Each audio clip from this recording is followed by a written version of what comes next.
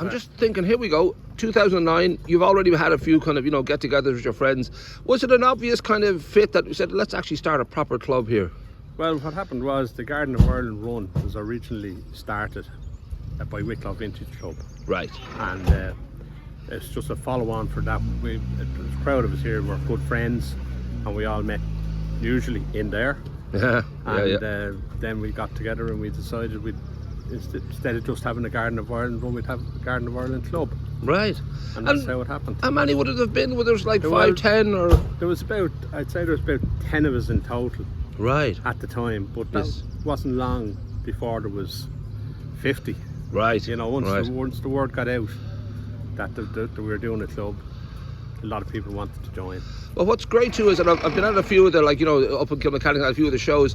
It's kind of all ages, because of course people just get this passion. If they get a passion for vinyl or they get a passion for whatever it might be, but certainly it was a great kind of display of it wasn't just people who happened to own a car that was old. People absolutely kind of dedicate their love to like finding a car, getting it done up and having it back to original form. Absolutely, yeah, absolutely. But it's a great pastime, right? And like the likes of this here. Yeah, I got it. There was no brakes or nothing on it, and doing all the likes of that was pleasurable as well. But when they time travel, the brakes do wear out a lot. They do. They do wear. If you're trying to break into a black hole, it's just not going to work. But there's no church here to grab hold of. Yeah. So for you personally, was there a kind of a moment? I don't know if it was like a father, mother thing, or like just your love for old cars? Well, I'm a mechanic by trade. Ah, right. So that helped along the way. Of course. And that Delgany meeting, when it was first decided, okay, let's actually form something here, we'll get a committee together. I don't know if it was, like in any way kind of difficult to start up. Was it just a natural fit and people just, gravitated towards it? A natural fit. It just followed on. One thing led into another.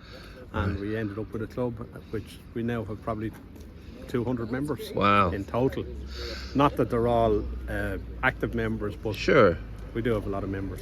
Well, we should give a shout out to two special members, because you have memorial runs. You have the Liam Kelly and also Tom Kennedy. Liam Kelly firstly was a neighbour, a friend of yours. Yeah, Liam Kelly was a friend of mine from the time we were that height. Ah. And we knew each other very well. We lived around the corner from each other in Bray.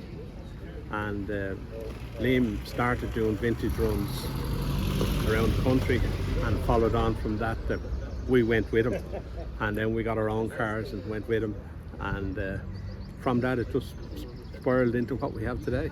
And I know that you continued. Tom Kennedy, the first one was in Rathnew, and you decided it'd be good to continue his tribute and have an annual. What happened was, after Tom died, a couple of his friends got together and they organised a run in Rathnew. Yeah. And from that then we followed on and took over the run, and we've run it ever since. I'm sure the family are delighted that something that they loved and adored is still kind of tipping the cap to them every year. Absolutely. Yeah. And also our secretary is also a brother or a sister of Tom Kennedy. Well, she'd be particularly happy that. So she's particularly happy. We do give her a bit of ribbon over it, but we should ask now in regard to what constitutes. I'm just thinking now, when it comes to classic cars, the age can be so kind of, it determines a certain amount of, I don't know if it has to be 3 decades old, or like, is anybody trying to put a car in there and say, oh, this my there's different varieties. Like it starts off from veteran vintage, post vintage, and then classic, and now they have a new thing called the new timers, which is cars from up to 2005. Right. So it's all different categories all the way up along. Don't ask me exact years. Yeah, of course. And also, I will say, I have a Beetle now, 1973. I adore it. It's been in limbo for about 5 years with what all I can regard as shyster mechanics. That's a very tough side of it, is just knowing who to trust and finding somebody who can do this work and do it well, and also do it relatively on time. There are a few around here, local lads, that are very good.